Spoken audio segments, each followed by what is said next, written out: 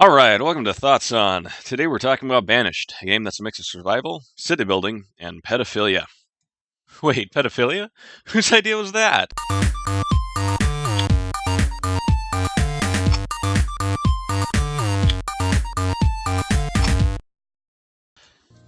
Banished was released last week with a bit of fanfare for the internet hype train. It's one of those indie games everyone seems to get so excited about, except this particular indie game garnered some extra attention because Banished was only made by one guy.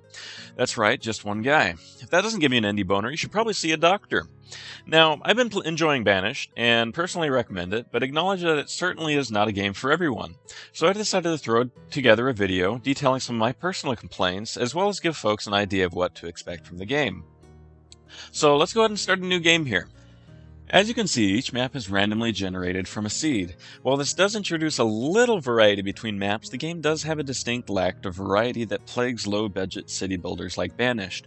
There are only two map types, mountains and valleys, and mountains are pretty dull and uninteresting.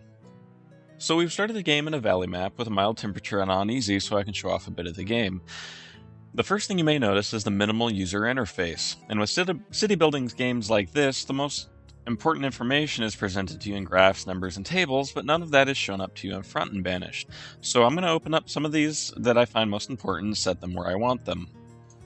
A lot of people have been complaining about the user interface, that it doesn't match the theme of the game and all that, but I only have one real complaint. I wish the speed settings had a detachable menu like the other menus here. Not a huge deal, and otherwise the interface is functional, it's just nothing to write home about. So let's throw together a quick town. I have to be careful here since near the beginning people have a bit of a problem moving too far away from food and shelter, and it can kill them. So I gotta keep everything close together, but this is a pretty good starting spot, so this is where I'd probably shut up shop anyways. So, I've got a pretty basic setup going here. I slapped down a hunter's lodge, a gatherer's hut, a fishing dock, and the game already started with a few houses going, so I don't have to worry too much about that. Something you'll be doing a lot of is managing the jobs your villagers have on this menu here. You need to assign builders, farmers, and pretty much any job available here in the game. This can get tedious at times, but luckily laborers automatically replace villagers who die, so you don't have to be constantly assigning folks to jobs if someone happens to pass away. Now, in order to get across these streams, we'll need to build a bridge, but we've got plenty of access to everything we need here, so we're going to go ahead and gather some stone for building materials instead. Later on, you can set up quarries for stone and mines for iron, but the map starts out with plenty to get you started. Now, I've got a decent amount of food that's going to be coming in from our fishing dock and gathering and hunting areas, but an important food production is always going to be the farm in this game. So we're going to go and plop down a farm here, tell it to gather some potatoes, and since we apparently started that with some chickens, we're going to go ahead and plop down a pasture too. Chickens are a great source of food because they provide both meat and eggs, and food variety is a very important thing in this game because it keeps your villagers happy and healthy. So we're going to go ahead and assign some farmers to go and get started on this farm right away since the planting season has already started. And another important thing that we're going to have to plop down is a firewood maker. Firewood is an important resource throughout the game, initially to keep your people warm and then to trade for goods later on, but I'll show that a little bit more in a moment. Right now at the beginning of the game though, until we get a steady workforce going, we're going to need to be focusing on simply keeping everyone alive. So as you can see here, we have to assign the chickens that we started out with to the pasture, and we also have to assign a few more people to watch after the chickens. The biggest problems with starting out is that you don't have a whole lot of people, so it's difficult to get people for every single job that you need. Luckily here we started out with a few houses, so the people will be starting to breed, and We'll get a few more people to start doing jobs and gathering more food, and we'll be building up from there. But yeah, until then, everything looks like it's going fairly well. We've got a bit of potato food going. Oh, here's something I wanted to show. Remember how I mentioned how the game contains pedophilia? Well, in Banished, a person is considered an adult once they reach the age of 10 or so. So, this means that it's not uncommon to see a couple of 12-year-olds living on their own with kids, or even 11-year-olds living with 21-year-olds. Um, some of your starting villagers are children living with adults, as you can see here, and they have children. So, I've come up with a bit of a theory that Banished is a game about a bunch of pedophiles who run away from home, start their own civilization where they can marry prepubescents and inbreed like nature intended. It's really no wonder these people got banished. Thankfully, the game isn't a genetics simulator, since you won't be sticking any foreign blood into the mix until you have the labor and resources to build a town hall and let some nomads in. So I'm going to go ahead and save the game here, and show you my other village that I had going. Because after this point, it's mostly a long drag towards the end. Because the only real challenge after establishing your village is preparing for disasters and expanding at a rate that won't cause a food shortage. There's a great deal of care required for expansion, since you can easily go from having a seemingly unlimited stock of food to having none of all after building a few houses. Because once you build new homes, people move in and start having kids, increasing the number of mouths you need to feed dramatically. In fact, a lot of the difficulty of the game revolves around maintaining a steady pace of expansion and not reaching out too far too fast.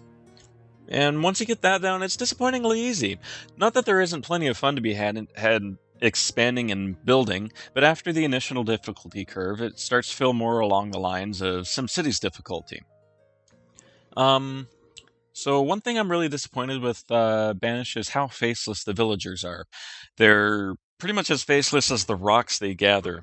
The charming personalities, preference, and needs that the citizens of games like Tropico have are completely absent here. Any personality your citizens have will be based purely on your imagination, which is a shame because a few small touches would have really brought the villages to life. It doesn't help that the people have a tendency to change homes, jobs, drop spouses at the drop of the hat, and age 10 years within the span of a single year, so people are hard to keep track of and they die really quickly. People don't have any non-critical metadata besides their names, and while you can track an individual, there doesn't really feel like there's any reason to. I don't expect Dwarf Fortress levels of simulation behind each individual, but the game could have done a little more to focus on the individuals and their families. So, anyways, I've been showing you this village that I've been working on. I've been working on this village for about 10 hours now. It's almost got a population of 300. Now, the major differences that you're going to see is that there's marketplaces, churches, trading posts, a big long bridge that I built for an achievement. One thing that you'll notice that this village doesn't have is any quarries or mines, because I trade for all of my construction materials. Which brings me to a few complaints about trading that I'd like to see resolved. Traders come very, very rarely in Banished. You might see one type of trader 3 years in a row, but not have a single one that sells food pass by. In order to increase the viability and variety of trading, you have to build several trading posts. This means that you have to spread trading goods all around. It's annoying, since if one trade depot doesn't have enough supplies to buy something you really need, you have to struggle to get the goods in before the trader leaves, which becomes entirely impossible once you've expanded as much as I have. Goods just have too far to travel.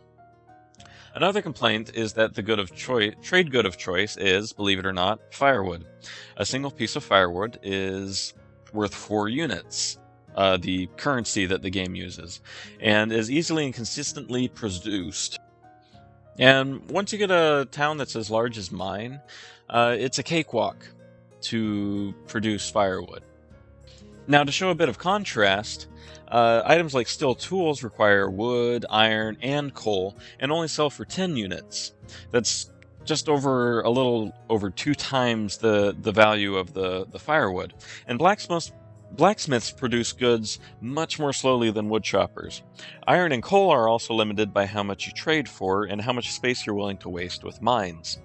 Even stranger, warm coats are the most expensive trade good in the game, at 20 units, and only require leather and wool to make, which is easily gathered by a few herds of sheep and cattle. So even making clothes is more viable for trading than making steel goods. So trading is a bit worked up, and it's not a good idea to try to make trade something you have to rely on consistently, especially if you're going to trade for food. So I've been enjoying Banished, and if everything I've shown so far catches your fancy, I recommend it. It's relatively unique in the city building genre, is an incredible example of what the indie market is capable of, and it stands on its own well enough. The problems start coming up once you get into the depth and variety the game has to offer. And it's not much. It's hard to make one town very different from another in the way that most city building games do. And after the mid game, no new or interesting mechanics are introduced, not even something fun like monument building. There's a few clunky mechanics that don't sit well with me, such as the inability to remove mines and quarries once you build them, and they only have an unlimited amount of resources you can dig out of them. Luckily, trading for most things becomes viable after you've been trading for a while, but I'd like to see mining be made into something more viable in the long term. The upside is that Banish is only $20, which is a great price for what it is. I've enjoyed playing it, and while I definitely wish it could be more, I think I'm satisfied with my purchase. There's potential here, and despite the lack of depth, the game is well polished. Hopefully we'll see some patches or DLC that'll add more content to the game and give it some more depth and flavor. With a low price for the base game, and with most of my complaints within the scope of a patch or DLC, I wouldn't mind paying a bit extra for that extra content. So here's for more games like Banished.